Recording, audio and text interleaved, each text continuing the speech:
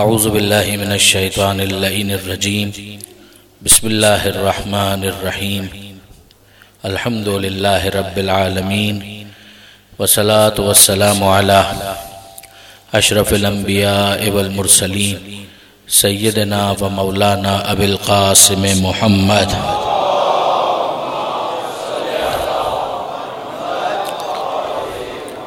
وأهل بيته الطيبين الطاهرين المعصومين المظلومين المنتجبين المنتخبين الميامين لا سيما على الإمام المنتظر والحجة الثاني عشر الذين أذهب الله عنهم الرجس وطهرهم تطهيرا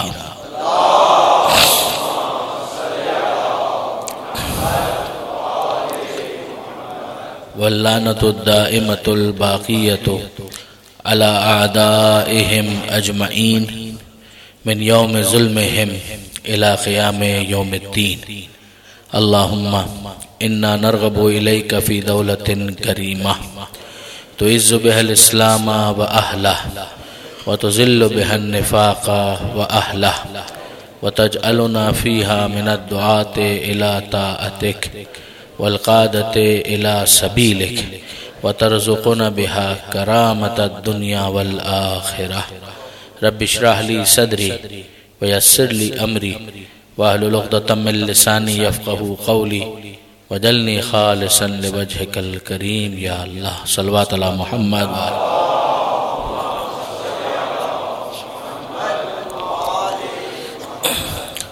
أما بعد فقد قال الله سبحانه وتعالى في القرآن الحكيم بسم الله الرحمن الرحيم هو الذي بعث في الأميين رسولا منهم يتلو عليهم آياته ويزكيهم ويعلمهم الكتاب والحكمة وإن كانوا من قبل لفي ضلال مبين. صلوات على محمد وآل محمد.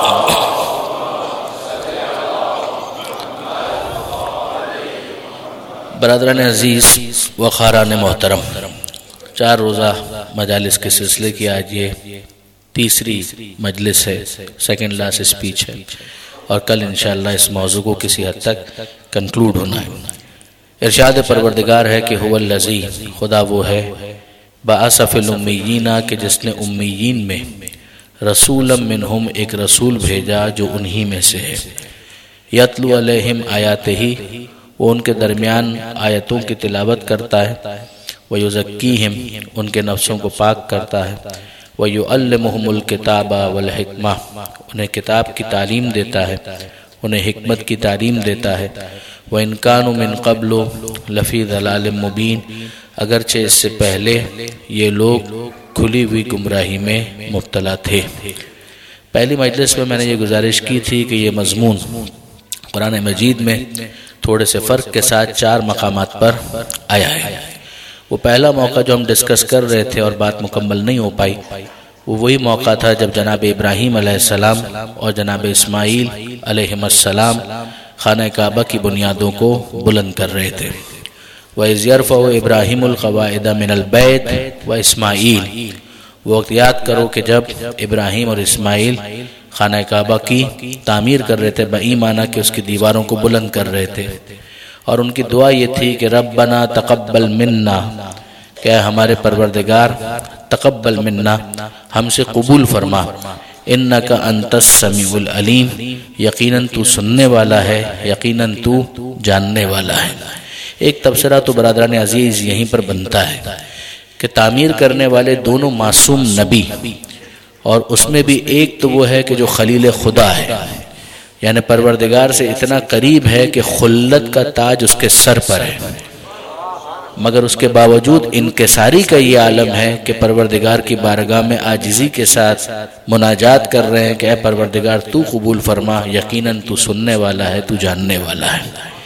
یہاں سے ہمیں یہ چیز سمجھ میں آتی ہے کہ اگر عاجزی اور انکساری کا اظہار کیا جائے تو یہ کسی گناہ کی وجہ سے نہیں ہوتا، بلکہ ہمیشہ جب انسان خدا سے قریب ہوگا تو خدا کی کبریائی کا نقش اس کے دل پر اور گہرا ہوتا چلا جائے گا.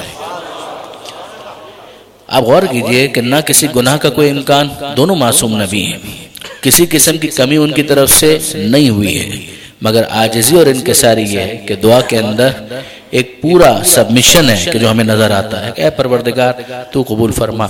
اگر یہ بات سمجھ میں آ جائے تو پھر اس کے بعد صحیفہ سجادیہ کے اندر دعائے عرفہ میں امام حسین کا، صحیفہ سجادیہ میں سید سجاد کا، امیر المومنین کا اپنی دعاؤں کے اندر استغفار کرنا بھی سمجھ میں آ جائے گا اور توبہ کرنا بھی سمجھ میں آ جائے گا۔ وہاں پر اگر توبہ کی جا رہی ہے یا استغفار کیا جا رہا ہے تو یہ کسی گناہ کی وجہ سے نہیں ہو رہا، بلکہ یہ کبریائی پروردگار کے نقش کی تاثیر ہے کہ جس کے بعد ایک انسان اپنی تمام تر کوششوں کو اپنے اکمال کے بعد بھی ناقص سمجھتا ہے۔ اب آپ غور کیجئے برادران عزیز، ایک تو یہی غلط فہمی ہے کہ توبہ اور استغفار صرف گناہ کے موقع پر ہونا چاہیے۔ توبہ کا مطلب ہے پلٹ کر واپس آ جانا، مگر توبہ کا مطلب صرف یہی نہیں ہے۔ خدا سے لو لگانے کو بھی توبہ سے تعبیر کیا گیا ہے، رحمت خدا کے حصول کی دعا اس کو بھی توبہ سے تعبیر کیا گیا ہے۔ خود استغفار کے بارے میں آپ غور فرمائیے کہ لفظ استغفار جو ہے، استغفار کا مطلب کیا ہے؟ مغفرت طلب کرنا۔ مگر کیا مغفرت صرف اس وقت طلب کی جاتی ہے کہ جب انسان گنہگار ہو؟ ہم سب کیا کر رہے ہوتے ہیں جب ہم نماز پڑھتے ہیں؟ ہم جب نماز پڑھتے ہیں تو دو سجدوں کے درمیان ہم خدا کو مخاطب کر کے کیا کہہ رہے ہوتے ہیں؟ ہم کہتے ہیں استغفر اللہ ربی و اتوب الیہ، کہ اے پروردگار میں تیری بارگاہ میں مغفرت طلب کرتا ہوں اور تیری بارگاہ میں توبہ کرتا ہوں۔ چلیے ہم اور آپ تو گنہگار ہیں، مگر معصومین بھی یہی جملہ کہہ رہے ہیں۔ معصومین کو چھوڑیے، معصومین کا جو سردار ہے خاتم النبیین احمد مجتبی محمد مصطفیٰ،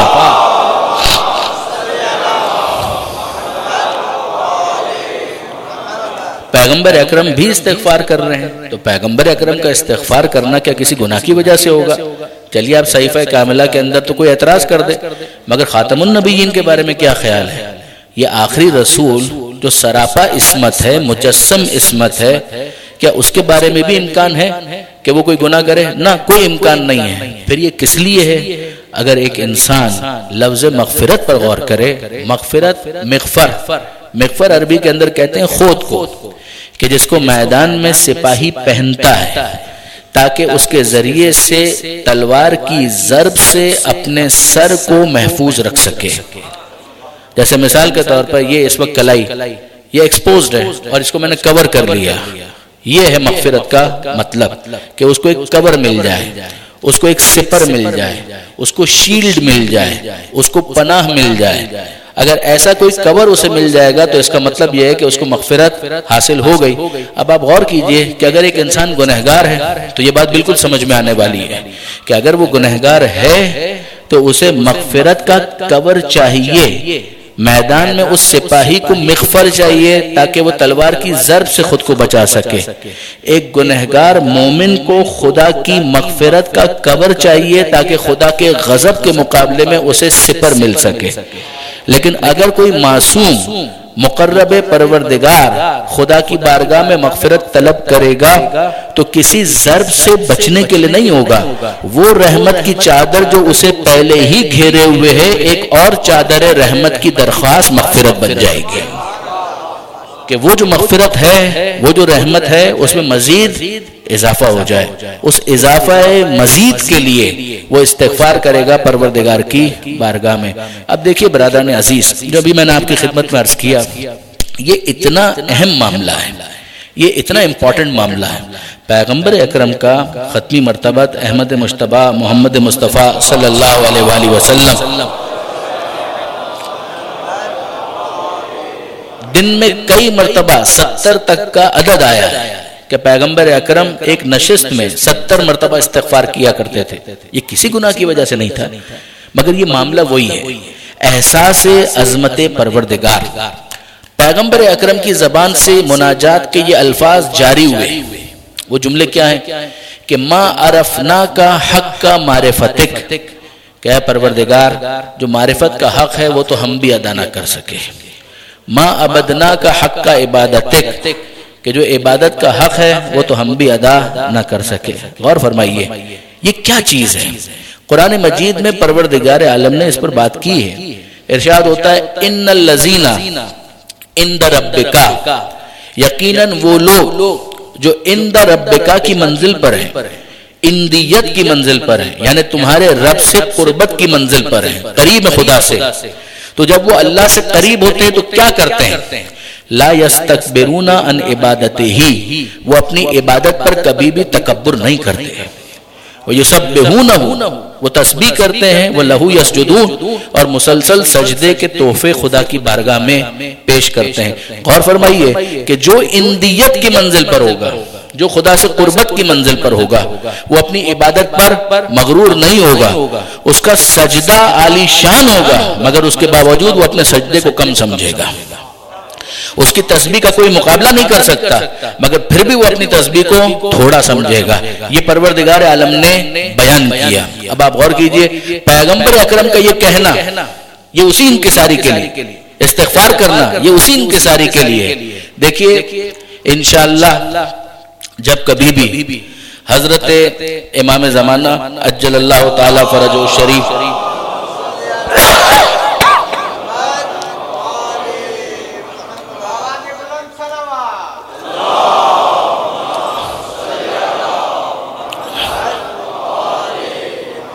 جب کبھی بھی حضرت کا ظہور ہوگا تو آپ میں سے ہر ایک کی خواہش ہوگی کہ حضرت کو اپنا مہمان بنائیں اور آپ ان کو اپنے گھر پر لے جانا چاہیں گے. اب میں آپ سے سوال کرتا ہوں، جب آپ امام کو اپنا مہمان بنائیں گے تو جو آپ کے بس میں ہوگا وہ سارا اہتمام آپ کریں گے.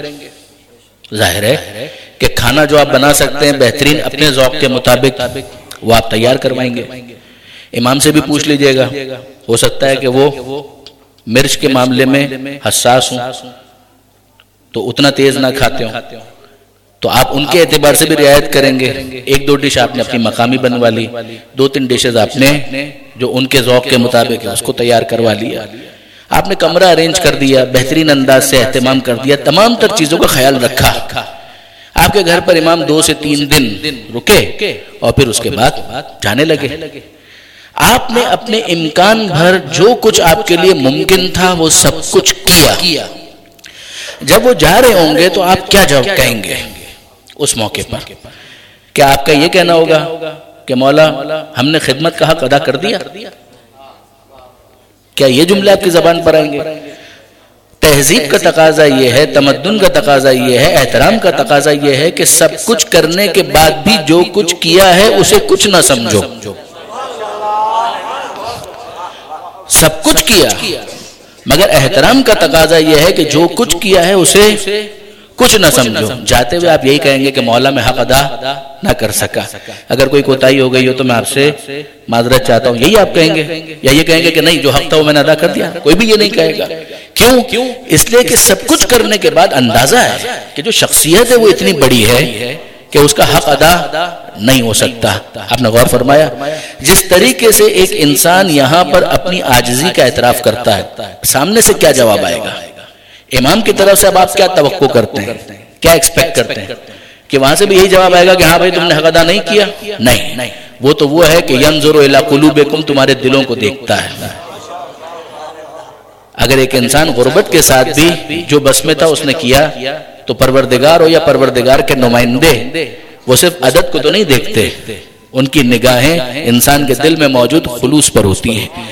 تو آپ کہیں گے کہ مولا میں حق ادا نہ کر سکا، اور امام کی طرف سے جواب کیا آئے گا کہ نہیں بھائی آپ نے بڑی زحمت فرمائی، اللہ قبول کرے، آپ نے ہمارے دل کو خوش کر دیا، ہم خدا سے آپ کے لیے دعا کریں گے. یہی جواب آئے گا امام کی طرف سے، یا کچھ اور ہوگا؟ یہی جواب آئے گا. یعنی آپ اعتراف کریں گے کمی کا، وہ کہیں گے کہ تم نے جو کچھ کیا وہ ہم نے قبول کیا. بالکل یہی انداز کہ پیغمبر خدا کی بارگاہ میں کہتے ہیں ما عبدنا کا حق عبادتک، کہ پروردگار عبادت کا حق ادا نہ ہو سکا. اور خدا کی طرف سے جواب کیا آتا ہے؟ یا ایھا المزمل،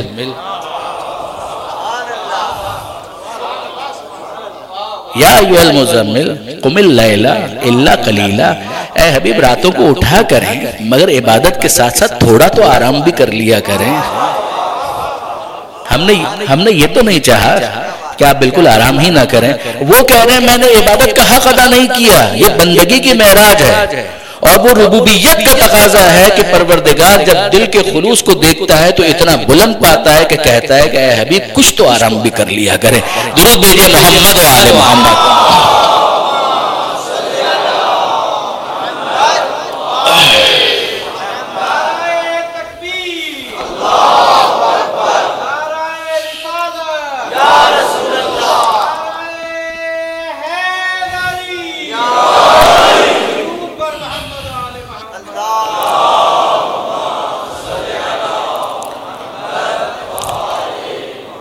برادران عزیز اگر آپ نے اس بات کو فالو کیا ہو کہ پروردگار عالم کتنی محبت کے ساتھ گفتگو کر رہا ہے کہ یا ایھا المزمل قم اللیل الا قلیلا، اے حبیب کچھ آرام بھی کر لیا کریں، راتوں کو اٹھیں قیام کریں مگر کچھ آرام بھی کریں. نصفہ او انقص منہ قلیلا، اے حبیب آدھی رات یا اس میں بھی کچھ کمی کر دیں، او زد علیہ یا چلیں اس میں کچھ اضافہ کر دیں. یہ واقعاً عشق اور محبت کی زبان ہے کہ جس طرح پروردگار اپنے حبیب کو مخاطب کر رہا ہے کچھ آرام کریں، آدھی رات کے لیے کھڑے ہو جائیں، اب انقص منہ قلیلا، چلیے آدھی رات میں بھی کچھ کمی کر دیں، او زد علیہ یا اس میں بھی کچھ اضافہ کر دیں.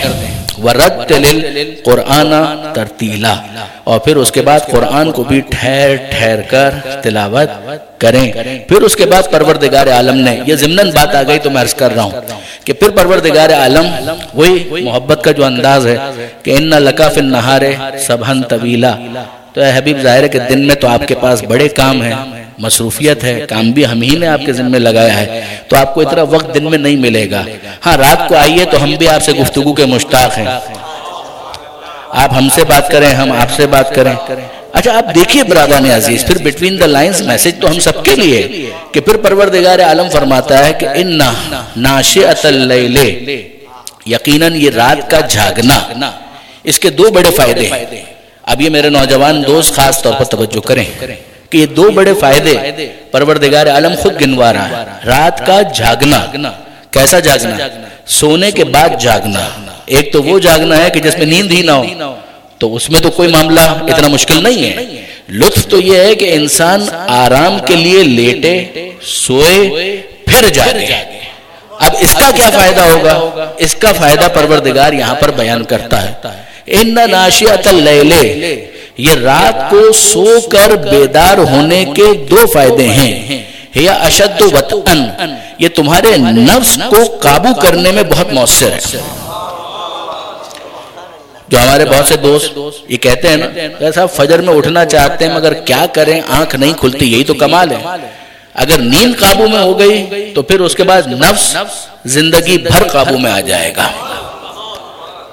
اگر کوئی شخص اپنی نیند کو کنٹرول کر سکتا ہے تو باقی معاملات میں بھی اس کا نفس کنٹرول میں آ جائے گا. یہ قرآن کہہ رہا ہے اِنَّ نَاشِئَةَ اللَّيْلِ ہِیَ أَشَدُّ وَطْئًا.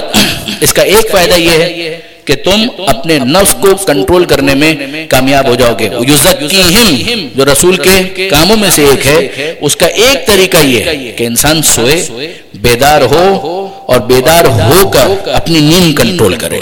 نیند کنٹرول ہو گئی نفس کنٹرول ہو گیا، باقی معاملات بھی آسان ہو جائیں گے.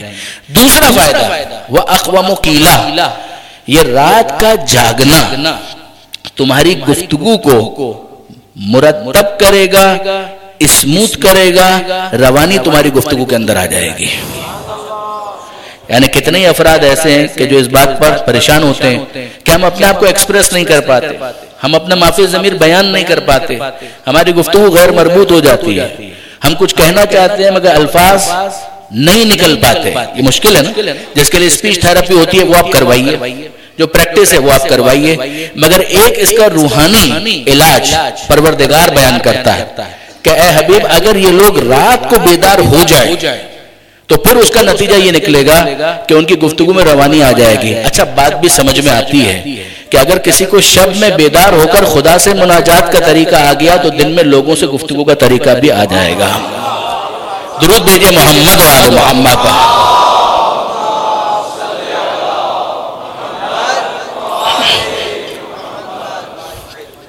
تو اب برادران عزیز آپ نے غور فرمایا کہ وہ پروردگار کی قدردانی، وہ پروردگار عالم کی طرف سے اپریسیشن.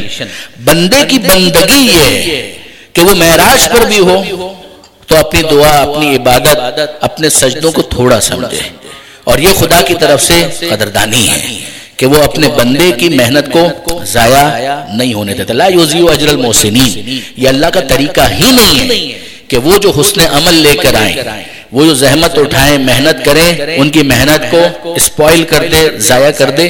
یہ پروردگار کا طریقہ کار نہیں ہے. برادران عزیز، آپ غور تو کریں، کبھی آپ نے دیکھا ہے بچے کی محنت کو، چھوٹا بچہ 3 سال 4 سال کا، اگر وہ کچھ کوشش کر رہا ہو، ماں کبھی اس کی محنت کو ضائع نہیں کرتی ہے، اس کو انکریج کرتی ہے. ماں کبھی بھی اپنے اس بچے کو، چاہے اس بچے کے اس فیل کے اندر پرفیکشن نہ ہو، کہاں سے آئے گی پرفیکشن؟ وہ 3 سال کا بچہ، 4 سال کا بچہ، 6 سال کا بچہ، پرفیکشن ایکسپیکٹ کرنا ہی غلط ہے. لیکن ماں اگر اس کو دیکھتی ہے کہ وہ کچھ کوشش کر رہا ہے تو ماں اس کے اس عمل پر اس کو ڈسکریج نہیں کرتی ہے، اس کو انکریج کرتی ہے، اس کو سینے سے لگاتی ہے. ذرا آپ غور کیجئے، اگر ماں اپنی اولاد کے امپرفیکٹ عمل کی اتنی قدردانی کرتی ہے تو رب اپنے بندے کے عمل کی کتنی قدردانی کرے گا. وہ ماؤں سے زیادہ اپنے بندوں سے محبت کرنے والا ہے. تو آپ دیکھیے کہ یہ پروردگار کا ایک نظام ہے کہ جس کی وجہ سے پھر توقع کی جاتی ہے. یہ معصومین نے اسی لیے کر کے دکھایا کہ انسان خدا کی بارگاہ میں توبہ کرے، استغفار کرے. میں 2 سجدوں کی بات کر رہا تھا کہ 2 سجدوں کے درمیان یہ کام ہم سے کروایا گیا. انسان ہر رکعت میں 2 سجدے کرتا. آپ دیکھیے کہ کیا میسج معصوم نے اس کے ذریعے سے دیا. کسی نے امام سے پوچھا کہ مولا یہ بتائیے کہ یہ جو 2 سجدے ہیں ان کا فلسفہ کیا ہے؟ اچھا بھائی، سیدھی سی بات ہے، ڈو ایز ڈائریکٹڈ، جو کہا ہے اس طرح سے کرو. بات تو صحیح ہے. عبادت کی روح یہی ہے کہ جو کہا ہے اس طریقے سے کرو. بھائی پروردگار نے اس طرح سے مانگا ہے. مغرب کی 3 رکعت ہے تو عشاء کی 4 رکعت ہے. اس 4 کو آپ 5 نہیں کر سکتے، اس 3 کو 2 نہیں کر سکتے. جو پروردگار نے جیسا مانگا، عبادت کی اسپرٹ اور روح یہی ہے.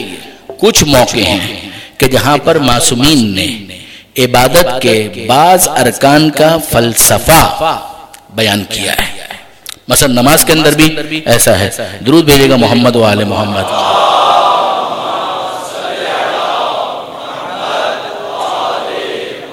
اب میری توجہ نہیں ہو پائے، علامہ شفا نجفی صاحب آپ کی اجازت سے قبلہ، ورنہ گستاخی ہے آپ کی موجودگی میں. درود بھیجے گا محمد و آل محمد.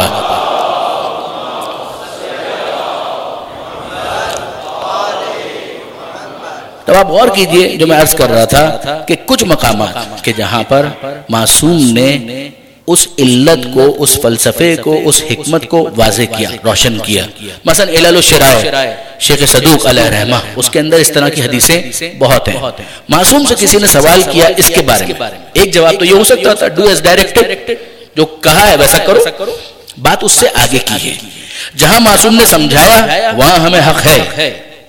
اپنی طرف سے اندازے لگانا، وہ اندازے تو ہو سکتا ہے، اس میں حتمی بات نہیں کی جا سکتی. یہ تو معصوم نے بیان کیا. اور کیا کہا؟ امام فرماتے ہیں کہ ان 2 سجدوں کا فلسفہ یہ ہے کہ پہلا سجدہ کرو، مٹی پر اپنی پیشانی رکھو، پھر بیٹھ جاؤ. پھر دوسرا سجدہ کرو، پھر واپس مٹی پر اپنی پیشانی رکھو. یہ 2 مرتبہ مٹی پر جو پیشانی رکھوائی گئی تو کیا سمجھایا گیا؟ کہ یہ سمجھایا گیا پہلا سجدہ اس بات کو سمجھاتا ہے کہ تم اسی مٹی سے پیدا ہوئے ہو، اسی مٹی سے تم پیدا ہوئے ہو. اور دوسرا سجدہ کیا سمجھاتا ہے کہ اسی مٹی میں تمہیں واپس پلٹایا جائے گا. اور یہ جو تھوڑی دیر کے لیے تم بیٹھتے ہو اس کے ذریعے سے کیا سمجھایا ہے کہ یہ جو 2 سجدوں کے درمیان بیٹھنے کا وقفہ ہے، بس وہی تمہاری زندگی ہے، اتنی مختصر. پہلا سجدہ مٹی سے پیدا ہوا، دوسرا سجدہ مٹی میں پلٹایا جائے گا. درمیان میں جو تم بیٹھے ہو، جتنی دیر کے لیے بیٹھتے ہو، بس سمجھو کہ یہ تمہاری زندگی ہے. اب اس زندگی میں کرنے کا کام کیا ہے؟ استغفر اللہ ربی واتوب الیہ، یا خدا سے مغفرت طلب کرو یا خدا کی بارگاہ میں توبہ کے تحفے پیش کرتے چلے جاؤ. درود بھیجے محمد و آل محمد پر.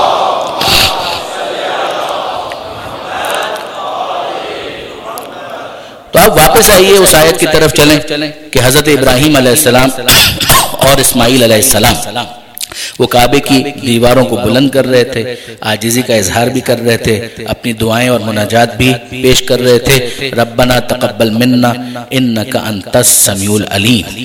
پھر اس کے بعد آگے دعا بڑھتی ہے وجعلنا مسلمین لک، اے پروردگار ہم تجھ سے دعا مانگتے ہیں، ہمیں اپنی بارگاہ میں مسلمان قرار دے۔ کیا اس سے پہلے وہ مسلمان نہیں؟ اگر یہ مسلمان نہیں ہے تو پھر کون مسلمان ہے؟ ابراہیم اور اسماعیل علیہ السلام، کیا ان کے بارے میں بھی ذہن میں آ سکتا ہے؟ تو اس کا مطلب یہ ہوتا ہے کہ کئی مرتبہ دعا اس طرح سے کی جاتی ہے کہ پہلے سے حاصل شدہ چیز کے تسلسل کو بھی اس طرح سے دعائیہ انداز میں مانگا جاتا ہے کہ پروردگار تو نے ہمیں مسلمان تو بنایا ہے، اب ہمیں اسی طرح سے ہمیشہ ہمیشہ مسلمان رکھ۔ جس طرح سے اس دعا میں اسلام کے تسلسل کی دعا مانگی گئی ہے، اسی طرح سے آیہ تطہیر میں طہارت کے تسلسل کا اعلان کیا گیا۔ ورنہ بعض افراد نے یہ اعتراض کیا کہ وہاں پر جب طہارت کی بات آ رہی ہے تو معاذ اللہ کچھ کمی ہوگی کہ جس کی وجہ سے طہارت کا اعلان کیا جا رہا ہے۔ جی نہیں، نہ یہاں پر اسلام میں کوئی کمی تھی، نہ وہاں طہارت میں کوئی کمی تھی۔ یہ انداز ہے کہ جس میں تسلسل کو سمجھایا جاتا ہے کہ پرپیچولیٹی ہے، ایک کنسسٹنسی ہے، ایک تسلسل ہے، ایک کنٹینیٹی ہے کہ جو یہاں پر ہے۔ اور پھر جناب ابراہیم علیہ السلام نے اسی تسلسل میں آگے ایک اور دعا مانگی، یہ بھی کہا ارنا مناسکنا، اے پروردگار ہمیں ہماری عبادت کا طریقہ بتا کہ ہم کیسے عبادت انجام دیں۔ اسی لیے آج تک حج کے ارکان کو مناسک کہا جاتا ہے، مناسک حج، مناسک ارنا مناسکنا۔ اور پھر اس کے بعد یہ دعا ہمیں بھی مسلمان رکھ، وَمِن ذُرِّيَّتِنَا، اور ہماری نسل میں بھی ایک گروہ ہمیشہ مسلمانوں کا قرار دے، امتن مسلمتن لک، ہماری نسل میں ایک گروہ، ذریت نسل اولاد، من ذریتنا، ہماری ذریت میں ایک باز، ایک گروہ ایسا ضرور ہو، امتن مسلمتن لک، امت یعنی گروہ جو تیری بارگاہ میں اسی طرح کا مسلمان ہو کہ جیسے ہم مسلمان ہیں۔ یہ تسلسل مسلمین اور پھر مسلمتن یہ سمجھاتا ہے کہ یہاں پر کس طرح سے ابراہیم علیہ السلام اپنی ذریت کے لیے دعا مانگ رہے ہیں۔ اب آپ برادران عزیز غور فرمائیے کہ یہ حضرت ابراہیم علیہ السلام اور اسماعیل علیہ السلام دونوں کی مشترکہ دعا ہے۔ فقط اگر ابراہیم علیہ السلام کی دعا ہوتی تو ذہن میں یہ آ سکتا تھا کہ بنی اسرائیل میں اگر کوئی ایسا گروہ ہمیشہ رہے تو ابراہیم علیہ السلام کی دعا قبول ہو گئی، مگر جب ابراہیم اور اسماعیل کی مشترکہ دعا ہے تو ماننا پڑے گا کہ جو اسماعیل کے ذریعے سے ابراہیم کی اولاد آگے بڑھے گی، اس میں ابراہیم علیہ السلام یہ دعا مانگ رہے ہیں کہ مسلمانوں کا ایک گروہ ہمیشہ باقی رہے۔ اب اس کے بعد بھی کسی کو ابو طالب اور عبد المطلب کا اسلام اور ایمان سمجھ میں نہ آئے تو اس کی عقل پر افسوس ہے۔ بہت واضح طور پر یہاں پر ایک گروہ ایسا ضرور رہے گا۔ اچھا آپ دیکھیے یہاں سے چلیں اور زیارت کے اندر اگر ہم چلیں تو ہم معصوم کو مخاطب کر کے کیا کہتے ہیں؟ اشہد انک کنت نورا فی الاسلاب الشامخہ والارحام المطہرہ لم تنجسک الجاہلیۃ بانجاسہا۔ مولا میں اس بات کی گواہی دیتا ہوں کہ آپ خود تو مجسم خیر، مجسم نور، مجسم طہارت ہیں ہی، مگر آپ کا جو سلسلہ شجرے کا ہے، پیچھے جہاں تک بھی یہ سلسلہ گیا، جن ماؤں کے رحم کو یہ شرف حاصل ہوا کہ آپ نے وہاں پر وقت گزارا، جن اجداد کے اسلاب میں بطور نور آپ کو محفوظ اور مستقر کیا گیا، مولا میں گواہی دیتا ہوں کہ وہ سارے کا سارا سلسلہ پاک و پاکیزہ تھا، طاہر تھا، مطہر تھا، شرک کی نجاست میں اس کو کبھی چھوا تک نہیں۔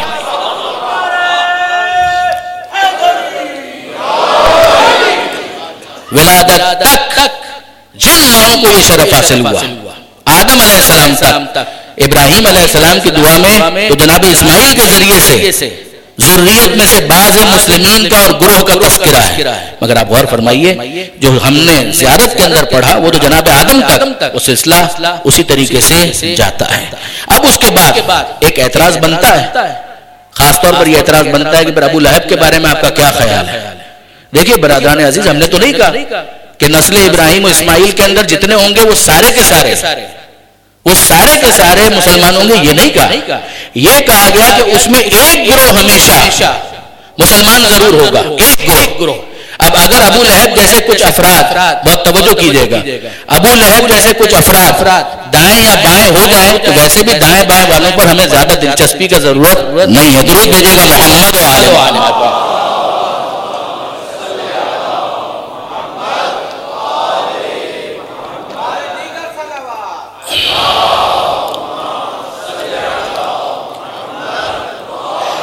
اب یہاں پر ابراہیم علیہ السلام اور اسماعیل علیہ السلام کی دعا آگے بڑھتی ہے. وَبْعَثْ، اے پروردگار اس گروہ میں ایک رسول کو بھیج، اس گروہ میں جو ذریت میں ایک امتن مسلمتن لک، ایک گروہ جو مسلمانوں کا ہے وہ رہے گا، وہ آخر تک رہے گا، یہاں تک کہ اس میں تو ایک رسول کو بھیج.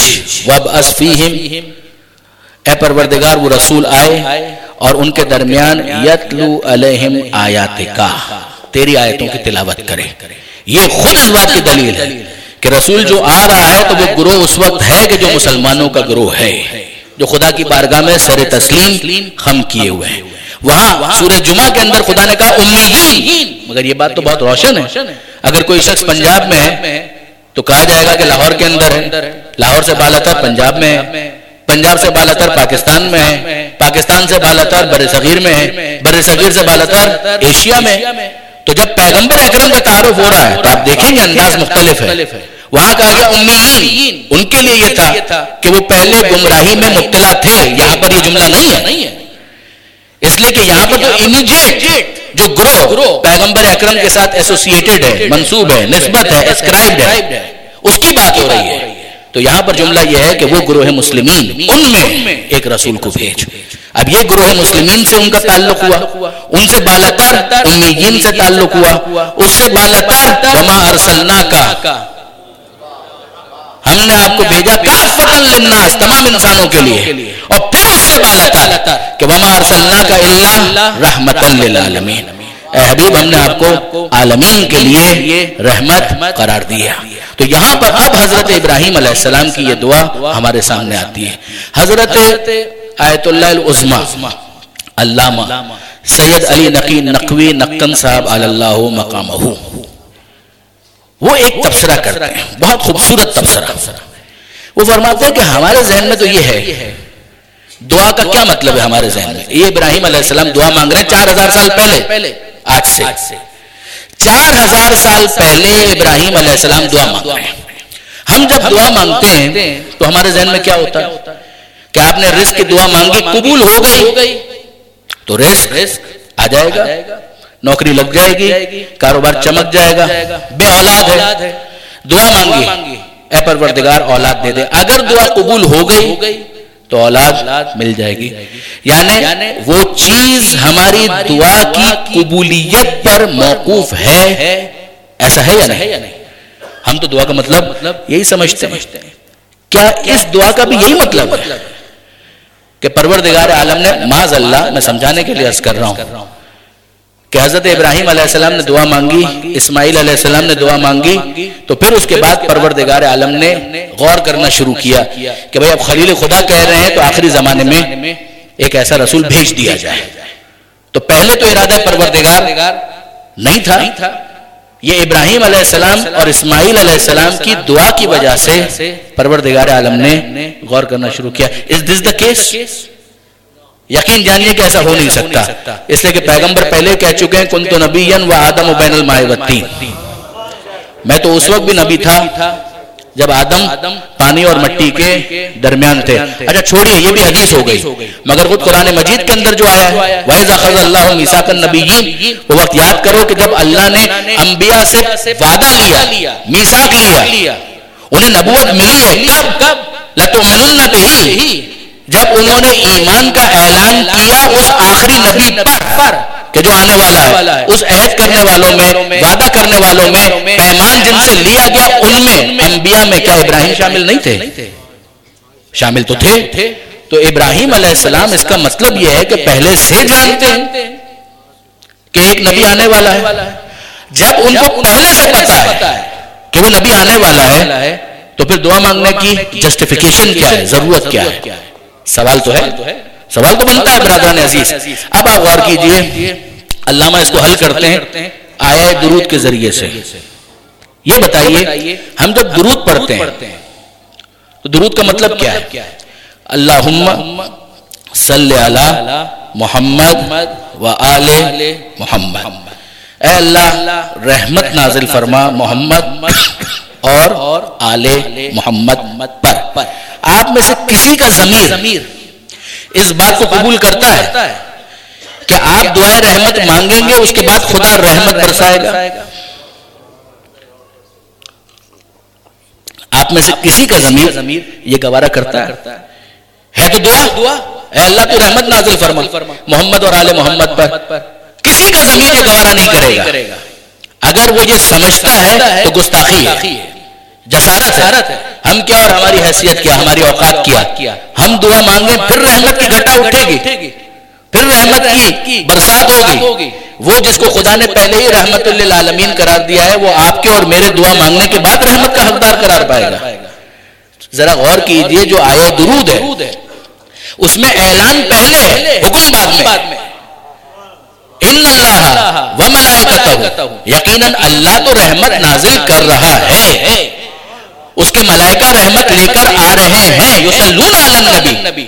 اب اس کے بعد کہا جا رہا ہے یا ایھا الذین آمنو، اے ایمان لانے والوں، صلو علیہ وسلموا تسلیما.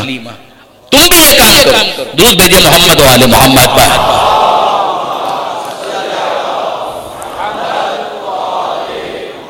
تم بھی یہ کام کرو. تو اے پروردگار جب تو پہلے سے رحمت نازل کر رہا ہے تو ہمیں الگ سے دعا کے لیے کیوں کہتا ہے؟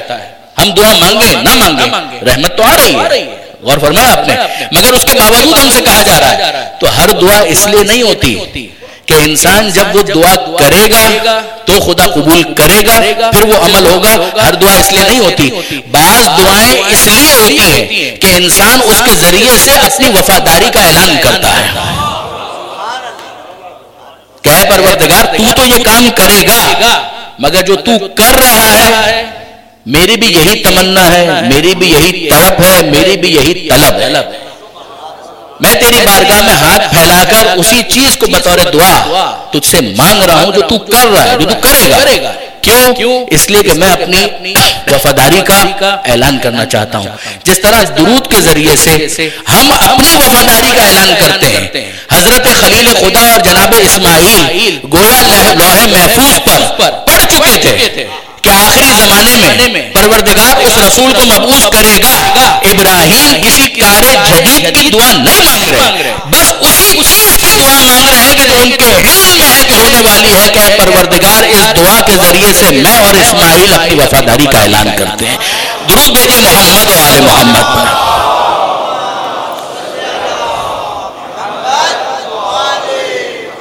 اور اب اس کے ذریعے سے ایک اور مسئلہ حل ہو جاتا ہے. اور وہ مسئلہ کون سا ہے؟ وہ مسئلہ ہے دعائے سلامتی امام زمانہ.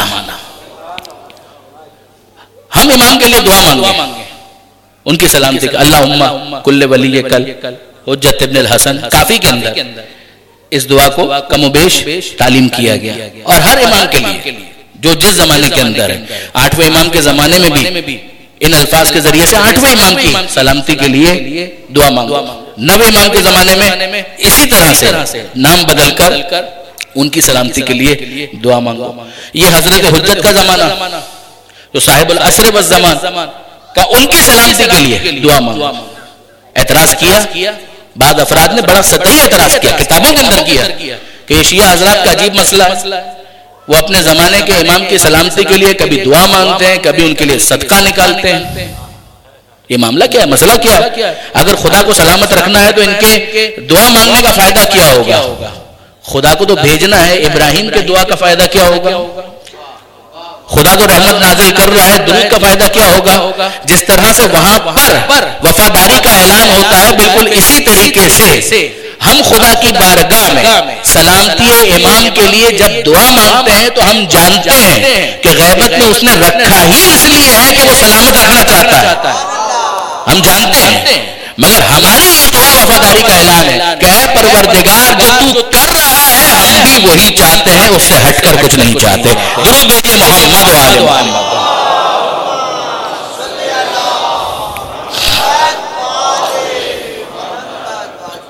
بس برادران عزیز یہ تھا کل معاملہ کہ یہاں پر جناب ابراہیم علیہ السلام وہ دعا مانگتے ہیں کہ اے پروردگار یہ ہے ہماری دعا. اور اب اس کے بعد جس کی وجہ سے پھر بعد میں شعراء نے بھی کہا دعائے خلیل و نوید مسیحا کہ یہ ابراہیم علیہ السلام کی دعا ہو گئی. تو شاعری کی حد تک ٹھیک ہے، ورنہ ایسا نہیں ہے کہ اس دعا کے بعد کوئی فیصلہ ہوا. اور جو عیسیٰ علیہ السلام کی نوید تھی جو سورہ صف کے اندر کہ مبشرم برسول یأتی من بعدی اسمہ احمد، کہ میں خوشخبری دینے کے لیے آیا ہوں اس رسول کی کہ جو میرے بعد آئے گا جس کا نام احمد ہے.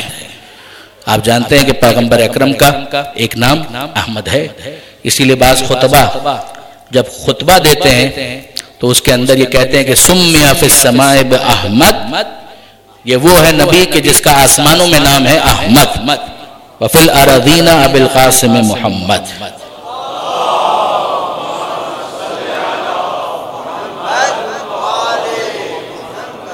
جس کو زمین میں محمد کہا گیا کہ جس کی بہت زیادہ تعریف کی گئی. خود پروردگار عالم جس کی تعریف کرنے والا ہو اس کے محمد ہونے میں کیا شبہ ہو سکتا ہے، جس کا خدا نے قصیدہ پڑھا ہو. دیکھیے برادران عزیز واقعاً وہ رحمت للعالمین نبی، وہ رحمت للعالمین پیغمبر جس نے روحانیت کے اعتبار سے ایک پورا دستور دیا، شریعت کا ایک پورا طریقہ بتایا، مینجمنٹ کا بھی طریقہ بتایا، ایڈمنسٹریشن کا بھی طریقہ بتایا. وہ رسول عملی طور پر جس نے بہت کچھ کر کے دکھایا. مسجد نبوی پیغمبر اکرم کے کاموں کی آفیشل جگہ ہے. امیر المومنین حضرت علی ابن ابی طالب علیہ السلام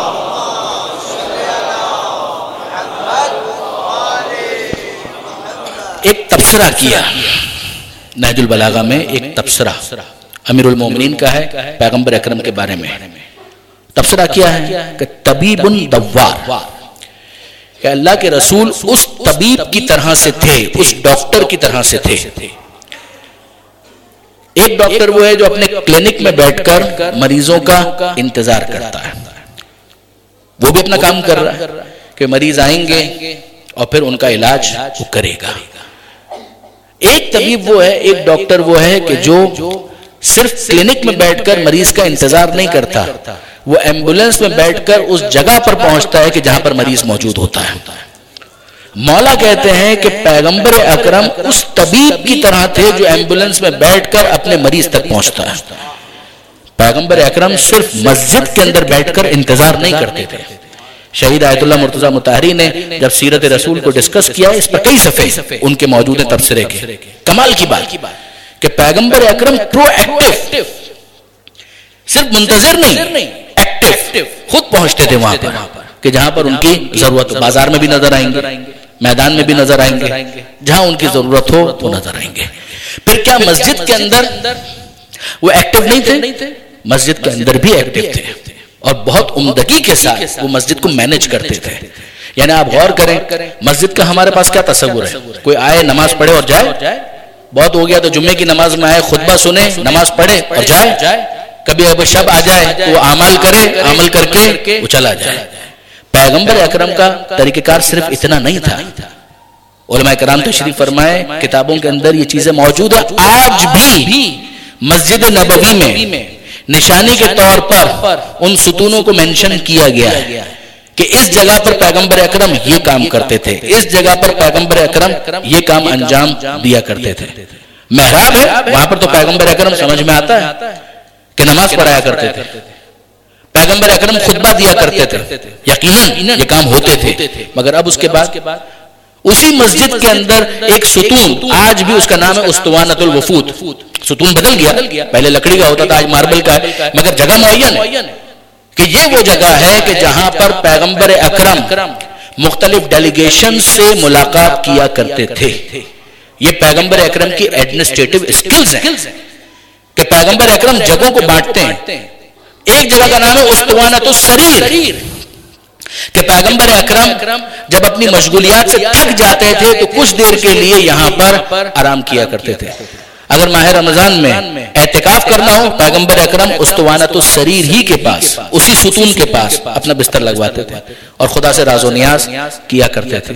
پیغمبر اکرم مسجد کو بھی انڈر یوٹیلائزیشن نہیں رکھا پیغمبر اکرم نے کہ مسجد جو ہے بس نماز کے موقع پر کھلے اور اس کے بعد مسجد کے اندر ایکو کی آواز آتی رہے بس وہ ایکٹیو نہ ہو. نہیں، پیغمبر اکرم اس کو انتہائی بھرپور طریقے سے استعمال کرتے ہیں. یہی طریقہ بعد میں مولا کائنات کا بھی تھا، امیر المومنین کا. معصومین نے جس طریقے سے سمجھایا ہے اس کا خلاصہ یہی ہے کہ بہت پرو ایکٹیولی مسجد کے اسپیس کو بھی پوری طریقے سے یوز کیا جائے. Make the most of it. جتنا بھرپور طریقے سے اس کو استعمال کیا جا سکتا ہے استعمال کیا جائے.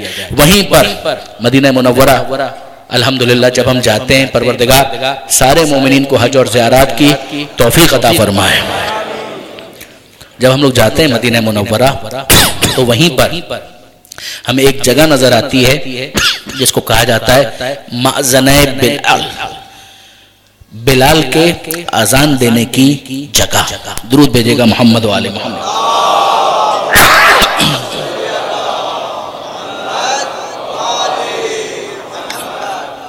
حضرت بلال کے آذان دینے کی جگہ، مازن بلال، مازن آذان دینے کی جگہ، مازن بلال، بلال کے آذان دینے کی جگہ.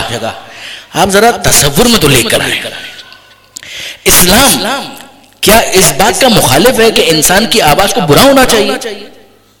اگر اس کی آواز اچھی ہے تو اسلام اس کو ناپسند کرتا ہے؟ نہیں، ایسا نہیں ہے. حضرت بلال کا کیس کیا ہے؟ حضرت بلال اہل زبان نہیں ہے، عربی اچھی طریقے سے نہیں بول پاتے، لہن بھی وہ نہیں ہے. ہم ایک طرف دیکھتے ہیں کہ اسلام کی تاکید ہے کہ بھئی خامہ خواہ اپنی آواز کو خراب کرو، یہ پروردگار نے نہیں چاہا. پروردگار پسند کرتا ہے تمہاری آواز اچھی ہو، لہن اچھا ہو. لیکن کیا لہن ہی سب کچھ ہوتا ہے یا دل میں موجود خلوص کی کوئی قیمت ہے؟ یقین جانیے کہ اگر دل میں خلوص نہ ہو تو لہن کی کوئی قیمت نہیں ہے. اگر وہ کام قربتاً اللہ نہیں ہو رہا تو اس لہن کو کیا کرنا ہے؟ ہاں، اگر لہن ساتھ ہی ساتھ اچھا ہو اور دل میں نیت بھی پاکیزہ ہو تو کیا کہنا؟ نور علی نور. اسلام احسان فراموشی کا سبق نہیں دیتا. بلال نے جب آذان کہی تھی اس وقت آذان دینے والے بہت کم تھے. پیغمبر اکرم نے اس بات کو برداشت نہیں کیا کہ جب مکہ فتح ہو جائے تو کسی اور کو کہہ دیں کہ آج تو اسلام کی شوکت کا مظاہرہ کرنا ہے، لہذا کوئی اور جائے بھائی اور جا کر وہاں پر آذان کہے. نہیں، یہ احسان شناسی کا دین ہے، احسان فراموشی کا دین نہیں ہے. اے بلال، آج بھی تم ہی خانہ کعبہ کی چھت پر چڑھو گے اور آذان کہو گے.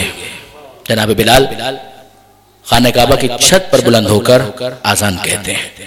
پیغمبر اکرم سے مدینہ منورہ میں سنیے گا کسی نے یہ کہا کہ اللہ کے رسول، یہ بلال جو ہے نا سین اور شین میں فرق نہیں کر پاتے. یہ جب کہتے ہیں اشہد ان لا الہ الا اللہ تو یہ کانٹ پروناؤنس پراپرلی. وہ کہتے ہیں اشہد ان لا الہ الا اللہ. اشہد ان محمد رسول اللہ نہیں کہہ پاتے، کہتے ہیں اشہد ان محمد رسول اللہ. تو پیغمبر اکرم مسکرا کر کیا جواب دیتے ہیں؟ پیغمبر فرماتے ہیں سین بلال شین عند اللہ. بلال کا سین تم کو سین سنائی دیتا ہے، اللہ کے پاس شین بن کر پہنچتا ہے. وہ تمہارے دلوں کو دیکھتا ہے، وہ تمہاری فقط صورت کو نہیں دیکھتا. کیا جان بوجھ کر کوئی اپنی قرت خراب کر دے؟ یہ نہیں مانگا گیا. نماز میں بھی یہی تاکید ہے کہ اپنی قرت کو بہتر کرو، صحیح کرو، پروناؤنسیشن صحیح کرو. لیکن اب اگر ایک انسان ہے وہ نہیں کر پا رہا تو کیا شریعت اس کو کہے گی کہ حرج کے شکار ہو جاؤ مگر کچھ بھی کرو؟ کہاں سے کرے؟ لا یکلف اللہ نفسا الا وسعها. خدا کسی کو اس کی کیپیسٹی کے بیونڈ کوئی ذمہ داری نہیں دیتا. اس کی جتنی گنجائش ہے اتنی ذمہ داری. وہ جان بوجھ کر اپنی زبان خراب نہیں کر رہے، نہیں بول سکتے، مگر وہ خلوص دل میں موجود ہے. سین بلال شین عند اللہ. سین جو بلال کی زبان سے نکلتا ہے وہ شین بن کر پہنچتا ہے. پیغمبر اکرم کے مخلص صحابہ کرام، ہماری ان پر جانیں قربان. جناب سلمان کیا کہنا، مقداد کیا کہنا، عمار سبحان اللہ، ابو ذر غفاری کیا کہنا، یہ بڑے نام ہیں. جناب بلال سبحان اللہ کیا شخصیتیں ہیں. یہ آل محمد کی وفادار ہیں جنہوں نے پیغمبر اکرم کے وصال کے بعد بھی آل محمد کی وفاداری کا ثبوت دیا. جناب بلال پیغمبر اکرم وصال ہو گیا، انتقال ہو گیا، اس دنیا سے تشریف لے گئے. جناب بلال نے ایک وعدہ کیا قبر پیغمبر پر، اے اللہ کے رسول، آج تک آپ کے غلام بلال نے آذان کہی آپ کی خاطر، آج کے بعد میں آذان نہیں دوں گا. یہ بلال کا عجیب احتجاج تھا جو بلال نے ایک پروٹیسٹ کیا ہے کہ دیکھا کہ علی کا حق چھین لیا گیا ہے، ورنہ آپ انصاف سے مجھے بتائیے بلال کو تو اسی جگہ پر رہنا چاہیے تھا. لیلا کی گلی کا کتا بھی مجنون کو اچھا لگتا ہے، تو مدینے کی گلیاں بلال چھوڑنا چاہتے ہیں کیوں؟ کوئی احتجاج ہے بلال کا. بلال کو معلوم ہے اگر میں یہاں مدینے میں رہا تو مجھے مجبور کیا جائے گا، I have to leave، مجھے مدینہ چھوڑنا پڑے گا. مدینہ انہوں نے چھوڑ دیا، مدینہ سے چلے گئے، شام گئے. اس زمانے کے آمد و رفت کے جو وسائل ہیں ان کو ذہن میں رکھیے گا، ٹھیک ٹھاک ٹائم لگا. بلال چلے گئے، شام پہنچے، وہاں پر سیٹل ہوئے. پہلی رات بلال کی آنکھ لگی اور خواب میں پیغمبر اکرم کو دیکھا. پیغمبر اکرم کہتے ہیں اے بلال، سب نے میرے اہل بیت کو چھوڑ دیا تو تم نے بھی چھوڑ دیا. آگئے مدینہ سے باہر، یہاں آگئے. جناب بلال فوراً آنکھ کھلی اور سوچنے لگے کہ واقعاً یہ میں نے کیا کیا. میں نے یہ تو سوچا کہ میں وہاں پر رہوں گا تو مجھے پروسیکیوشن کا سامنا کرنا پڑے گا، مجھے مشکلات کا سامنا کرنا پڑے گا، مگر میں نے یہ نہیں سوچا کہ وہاں پر اس وقت علی اور زہرا کو ساتھیوں کی حمایت کرنے والوں کی ضرورت ہے. کتنے کچھ ہی تو ہے. اگر ہم بھی چلے گئے ایک ایک کر کے تو وہاں پر کون رہے گا. بلال نے فوراً کہا لبیک یا رسول اللہ، اے اللہ کے رسول آپ کا غلام بلال حاضر. فوراً سامان واپس لدوایا اور چلے مدینہ منورہ کی جانب. اس دوران مدینے میں بہت کچھ ہو چکا. اس دوران مدینے میں بہت سی قیامتیں آ چکی ہیں. بلال جب واپس آئے، سائلنٹ میں ہوتی ہے نا، یہ ہر مرتبہ ہر جگہ آپ کو ملے گی، وہاں پر بھی تھی. بہت سے افراد تھے کہ جو ریچولز کی حد تک ابھی بھی اسلام کی طرف تھے، مگر یہ جو معاملات ہیں ان میں وہ انٹرسٹ نہیں لیا کرتے تھے. جیسے ہی جناب بلال، اچھا مدینہ منورہ کے اندر آزانیں تو ہو رہی ہیں مگر سب کو بلال کا لہجہ یاد آ رہا ہے کہ وہ نہیں ہے. مازنہ پر کوئی نہ کوئی تو بلند ہوتا ہے، آزان کہتا ہے. وہ مزہ نہیں ہے جو بلال کی مٹھاس بھری آواز، یعنی وہ شخص جو حبشہ کا رہنے والا ہے، جس کو کل تک کہا جا رہا تھا اس کا شین کا درست نہیں ہے، اب اسی کی آواز کی مٹھاس سب کو یاد آ رہی ہے کہ وہ بات نہیں ہے، وہ بات نہیں ہے. وہ بلال مدینے میں داخل ہوئے، جیسے ہی پہلے شخص نے دیکھا بلال کو، اب یہ سائلنٹ میجورٹی، پہلے شخص نے دیکھا اعلان کیا ارے سیدنا بلال، ہمارا آقا بلال آ گیا، ہمارا سردار بلال آ گیا. یہ اسلام کی برکت ہی تو ہے کہ حبشہ کا رہنے والا ایک سیاہ فام انسان اسلام کی برکت سے سید بھی کہلا رہا ہے، سردار بھی کہلا رہا ہے.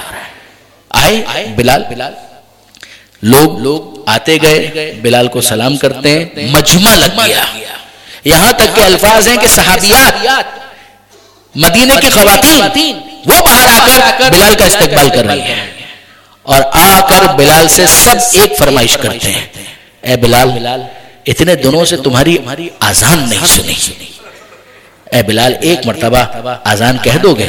بلال ہر ایک سے ایک بات کہتے ہیں کہ میں نے عہد کیا پیغمبر اکرم کی قبر پر، اور عہد شرعی توضیح کے اندر جس کے مسائل نظر قسم اور عہد کے حوالے سے آتے ہیں، میں نے عہد شرعی کیا ہے کہ میں اللہ کے رسول کے علاوہ کسی کے لیے آزان نہیں کہوں گا، مجھے مجبور مت کرو. ہر ایک آتا ہے یہی درخواست کرتا ہے اور بلال اس کو یہی جواب دیتے ہیں. بلال پہنچے مسجد نبوی کے قریب.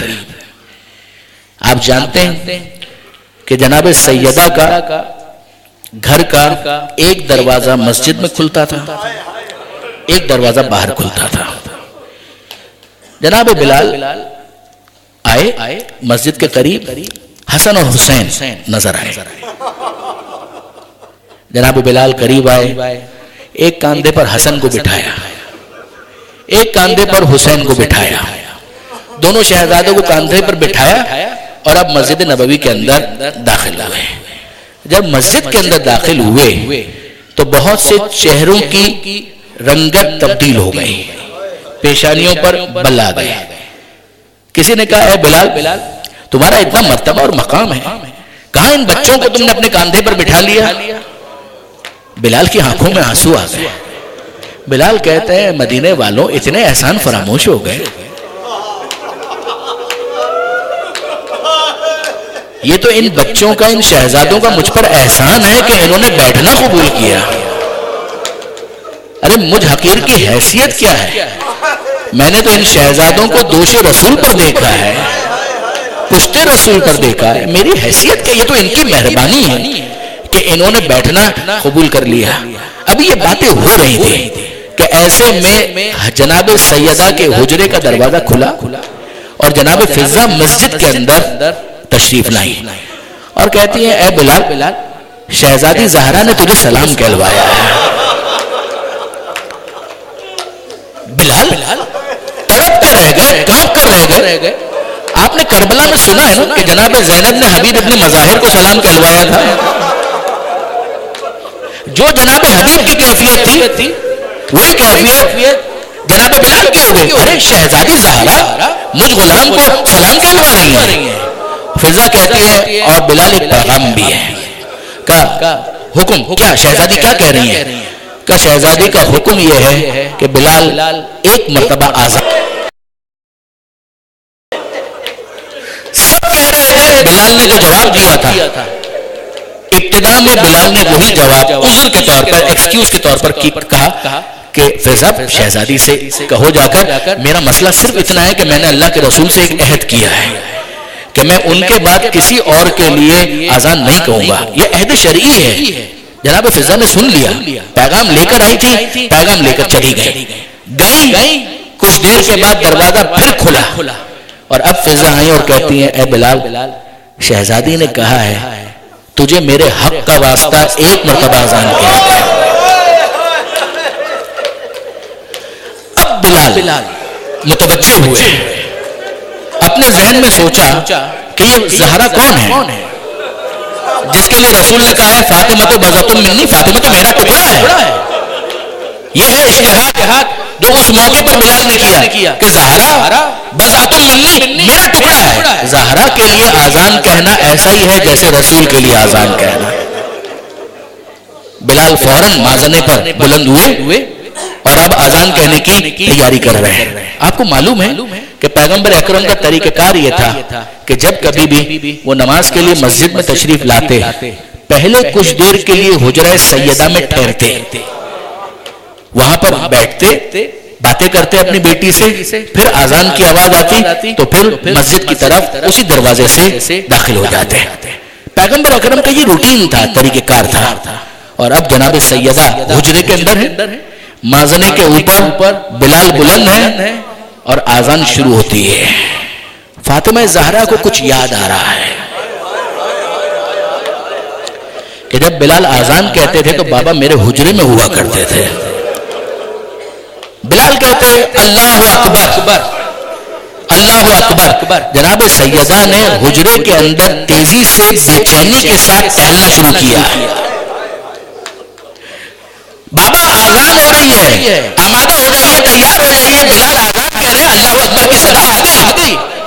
جب بلال نے کہا اشہد ان لا الہ الا اللہ، جناب سیدہ کہتے ہیں بابا امامہ سر پہ رکھیے، ابا دوست میں ڈالیے، آزان آگے بڑھ رہی ہے۔ اور جب بلال نے کہا اشہد ان محمد رسول اللہ، حجرے کا دروازہ کھلا، فضہ باہر آئی اور ایک جملہ کہتے ہیں بلال خدا کے لیے آزان روک دے، تیری زبان سے اپنے بابا کا نام سن کر زہرا بے ہوش ہو گئی۔ زہرا اپنی شہادت کہہ رہی ہے، اے فاطمہ زہرا، اے بیٹی، ہم سے اپنے بابا کی پرسہ قبول کیجئے۔ آپ کا بابا آج دنیا سے گیا.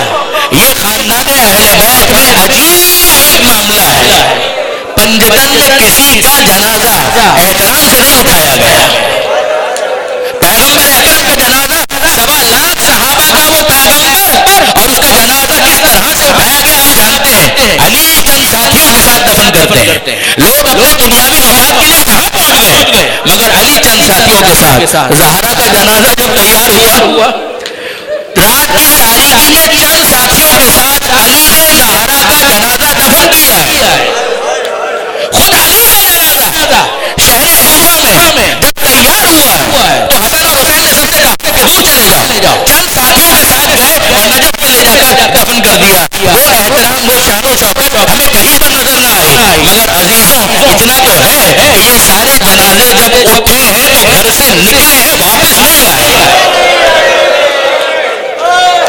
مگر ہائے افسوس کہ وہ امام حسن مجتبی جنازہ اس کا بھی احترام سے نہ اٹھ سکا مگر اٹھا باہر آیا اور کچھ دور گیا.